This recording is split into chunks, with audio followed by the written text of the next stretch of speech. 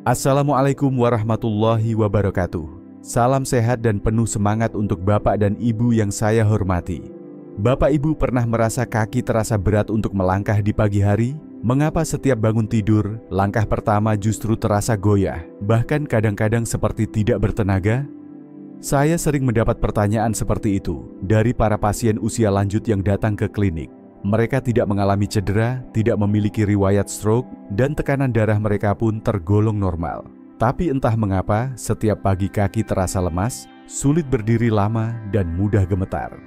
Perkenalkan, saya Dr. Rahmat Widodo. Selama lebih dari 25 tahun saya mendampingi para lansia di berbagai daerah Indonesia, dari kota besar hingga pedesaan. Dan saya ingin berbagi satu hal penting yang selama ini sering terabaikan. Apa yang Bapak Ibu makan sebelum jam 8 pagi bisa menentukan kekuatan kaki untuk bertahun-tahun ke depan. Bukan obat yang mahal, bukan pula suplemen dari luar negeri, hanya makanan sederhana yang bisa didapat di pasar dekat rumah. Tapi sayangnya, banyak dari kita justru melewatkannya. Yang lebih parah, banyak lansia tanpa sadar makan makanan yang justru mempercepat hilangnya otot kaki. Tubuh kita memiliki mekanisme yang unik. Setelah tidur malam yang panjang, otot akan mencari energi dari dalam tubuh. Jika tidak ada asupan yang tepat, maka otot kita sendirilah yang dikorbankan. Itulah sebabnya kaki menjadi lemah bahkan sebelum kita sempat berjalan keluar kamar. Dalam video ini, saya akan jelaskan. Dengan sedikit perubahan pada menu sarapan saja, Bapak Ibu bisa memperkuat otot kaki, mencegah jatuh, dan tetap aktif tanpa harus sering ke rumah sakit. Kita akan mulai dari satu perubahan kecil. Apa yang kita makan sebelum jam 8 pagi? Saya pernah bertemu dengan seorang kakek bernama Pak Karim, 65 tahun, warga Surabaya. Dulu beliau termasuk aktif, setiap pagi jalan kaki ke masjid yang jaraknya sekitar 500 meter dari rumah. Tapi dalam beberapa bulan terakhir, sesuatu berubah. Baru setengah perjalanan, beliau harus berhenti di pinggir jalan, duduk di bangku depan warung karena kakinya terasa gemetar dan tidak kuat menopang tubuh. Bapak Ibu, kisah Pak Karim bukanlah sesuatu yang langka. Justru ini menggambarkan kondisi yang diam-diam terjadi pada jutaan lansia di Indonesia. Hilangnya massa otot atau yang dikenal dengan istilah sarkopenia. Masalahnya, sarkopenia tidak menunjukkan gejala seperti penyakit lain. Ia tidak menimbulkan nyeri, tidak menyebabkan demam, bahkan tidak terasa sampai tubuh mulai kesulitan untuk melakukan hal-hal kecil, naik tangga, bangun dari tempat tidur, atau berjalan agak jauh. Banyak orang mengira itu hanya karena usia, padahal bukan sekadar karena usia, melainkan karena otot kaki perlahan menghilang tanpa disadari. Data dari Lembaga Ilmu Pengetahuan Indonesia dan Kementerian Kesehatan menyebutkan, lebih dari 30% orang di atas usia 60 tahun di Indonesia mengalami kesulitan berjalan lebih dari 200 meter tanpa berhenti, atau tidak bisa naik tangga tanpa bantuan.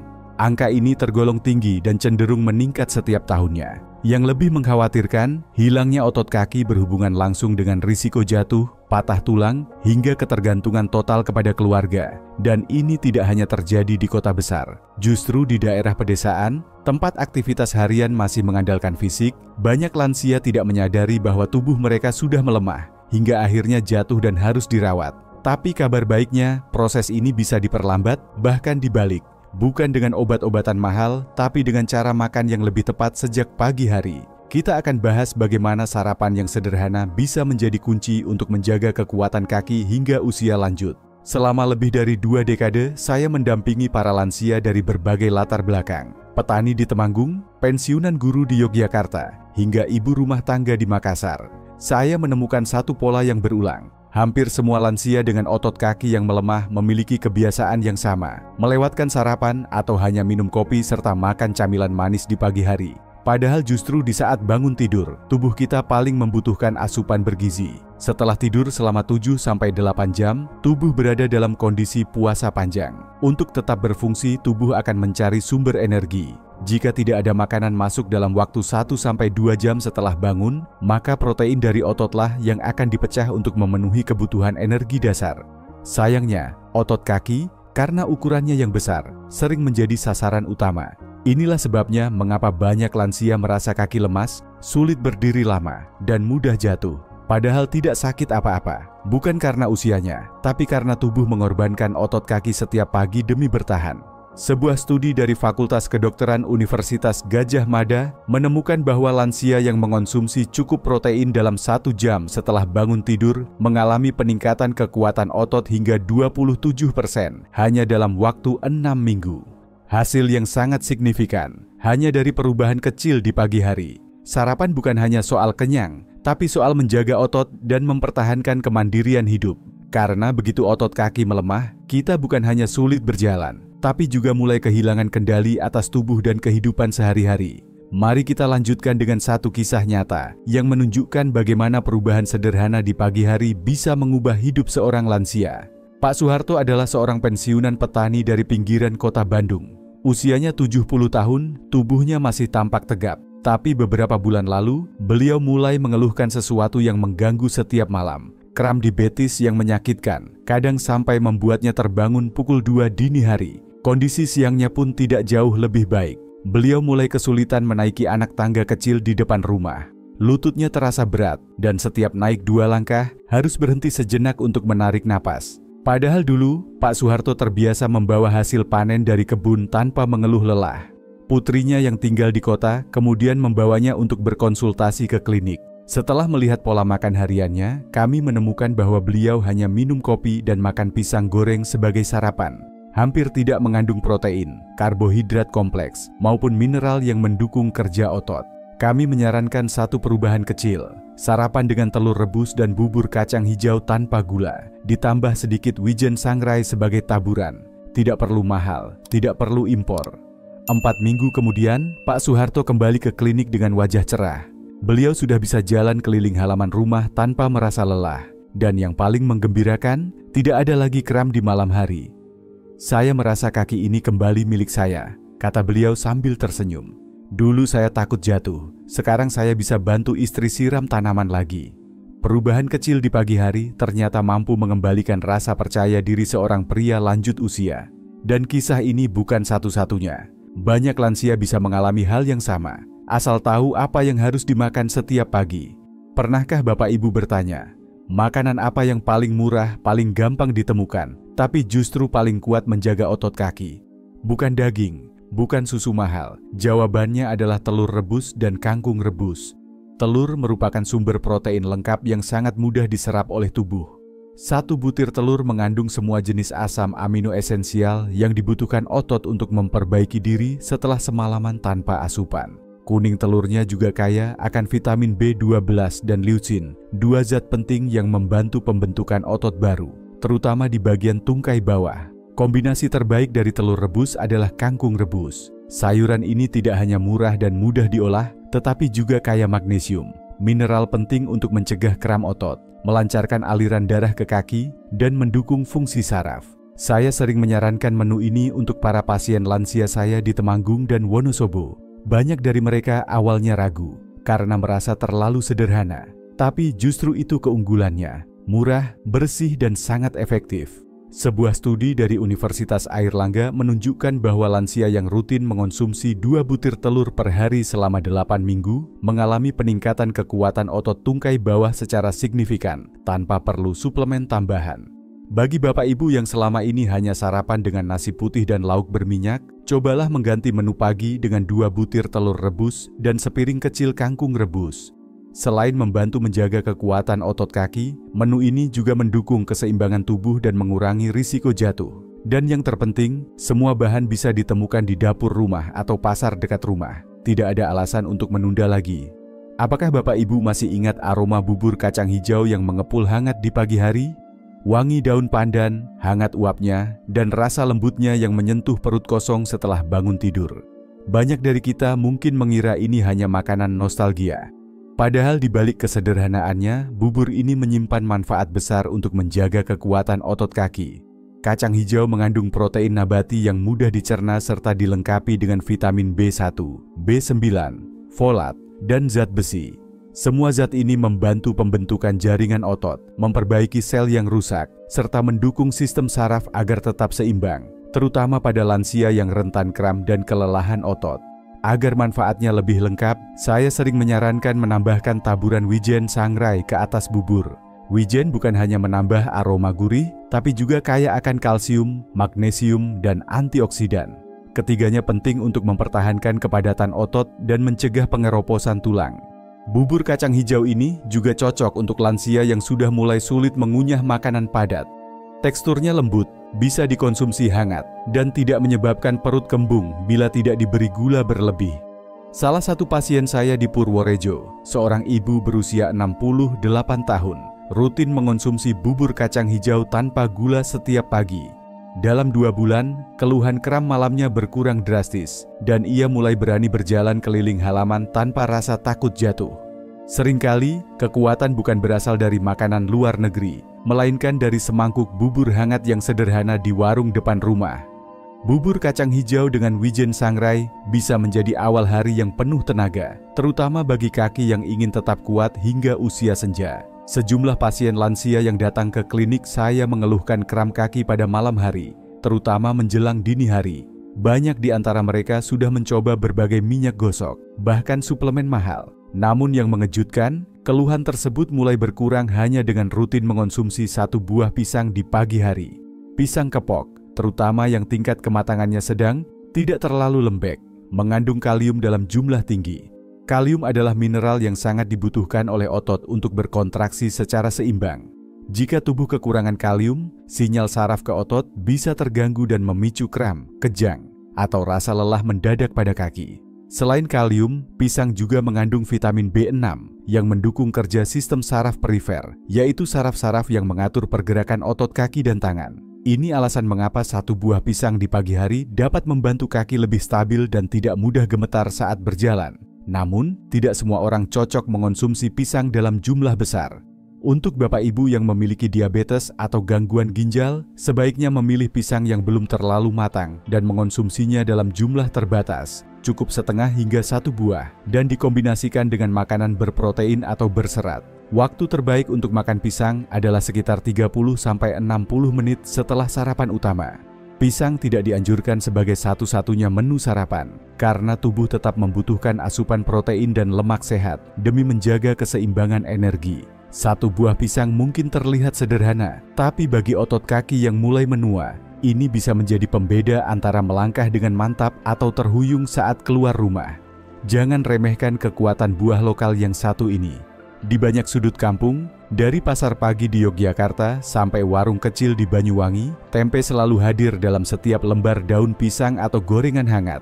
Tapi hanya sedikit orang yang tahu, di balik tampilannya yang sederhana, tempe adalah sumber kekuatan otot kaki yang luar biasa bagi lansia. Tempe mengandung protein nabati yang sangat mudah dicerna, terutama bagi tubuh lansia yang sistem pencernaannya mulai melambat. Selain itu, tempe kaya akan zat besi, seng, zinc, dan probiotik alami, yang semuanya berperan dalam pembentukan sel otot dan memperkuat daya tahan tubuh. Yang menarik, tempe juga membantu menstabilkan gula darah. Ini sangat penting karena fluktuasi gula darah di pagi hari bisa menyebabkan kaki terasa lemas atau mudah gemetar. Saat dikukus atau dipanggang tanpa minyak, tempe tetap lezat dan menjadi pilihan ideal untuk sarapan yang ringan namun bergizi. Saya pernah merawat seorang bapak berusia 72 tahun dari Magelang. Beliau dulunya sering merasa tidak sanggup berdiri lama saat mengantre di pasar. Setelah kami sarankan untuk mengganti gorengan pagi dengan tempe kukus ditambah nasi jagung sedikit, dalam 1 bulan beliau melaporkan bahwa kakinya sudah tidak mudah pegal, bahkan bisa ikut gotong royong ringan di masjid. Tempe bukan hanya makanan khas Indonesia, tapi juga simbol kekuatan alami yang bisa kita manfaatkan setiap pagi. Untuk bapak ibu yang ingin menjaga otot tanpa perlu beli suplemen, cukup awali hari dengan 2 potong tempe kukus dan sedikit karbohidrat kompleks. Murah, sehat, dan bisa ditemukan di dapur kita sendiri. Jika bapak ibu tidak menyukai daging sapi atau ayam karena kolesterol dan mulai bosan dengan telur setiap hari, pernahkah mempertimbangkan ikan kecil seperti sarden sebagai pilihan utama untuk sarapan? Ikan sarden, baik yang dibeli segar dari pasar maupun versi kalengan tanpa saus, merupakan sumber protein hewani yang mudah diserap dan sangat kaya akan omega 3. Asam lemak ini terbukti membantu menurunkan peradangan otot, memperlancar sirkulasi darah, dan menjaga kestabilan fungsi saraf kaki. Yang paling penting, omega 3 berperan dalam mencegah penyusutan massa otot pada lansia. Sarden juga kaya kalsium karena bisa dimakan bersama tulangnya dan mengandung vitamin D alami yang membantu penyerapan mineral penting bagi tulang dan otot.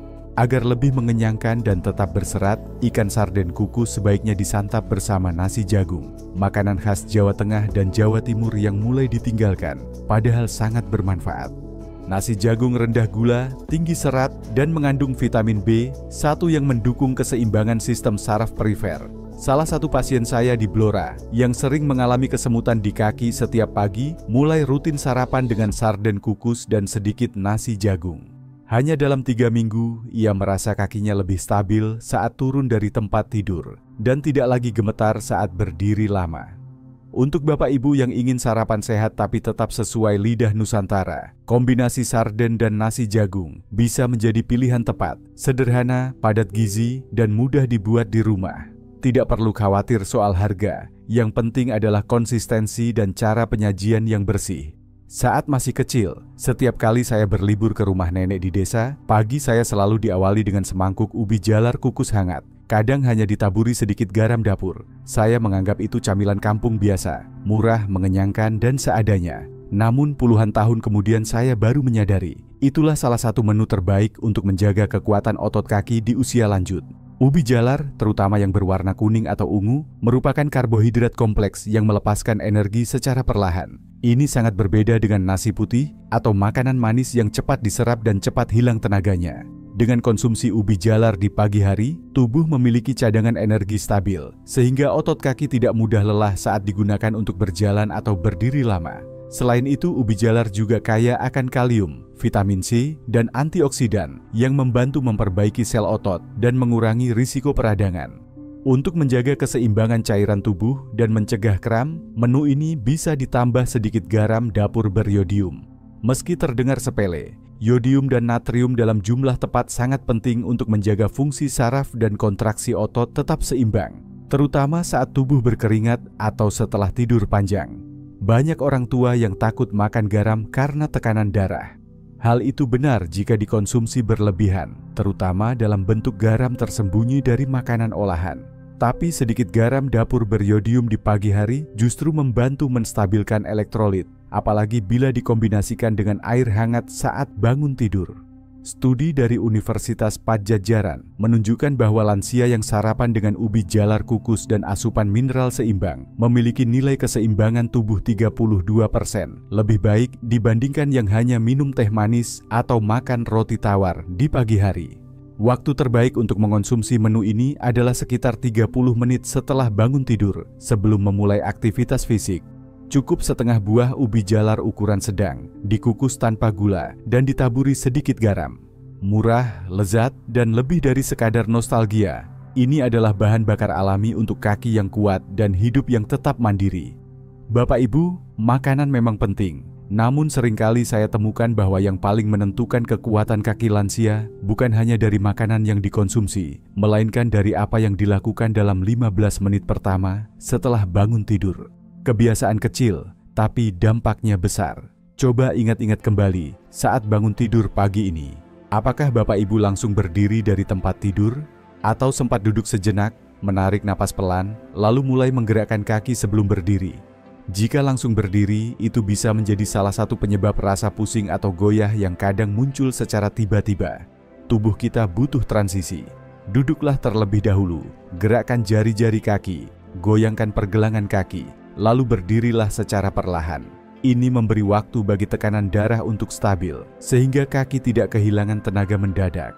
Setelah itu, minumlah segelas air hangat yang diberi sedikit garam dapur beriodium. Tidak perlu banyak, hanya sejumput kecil.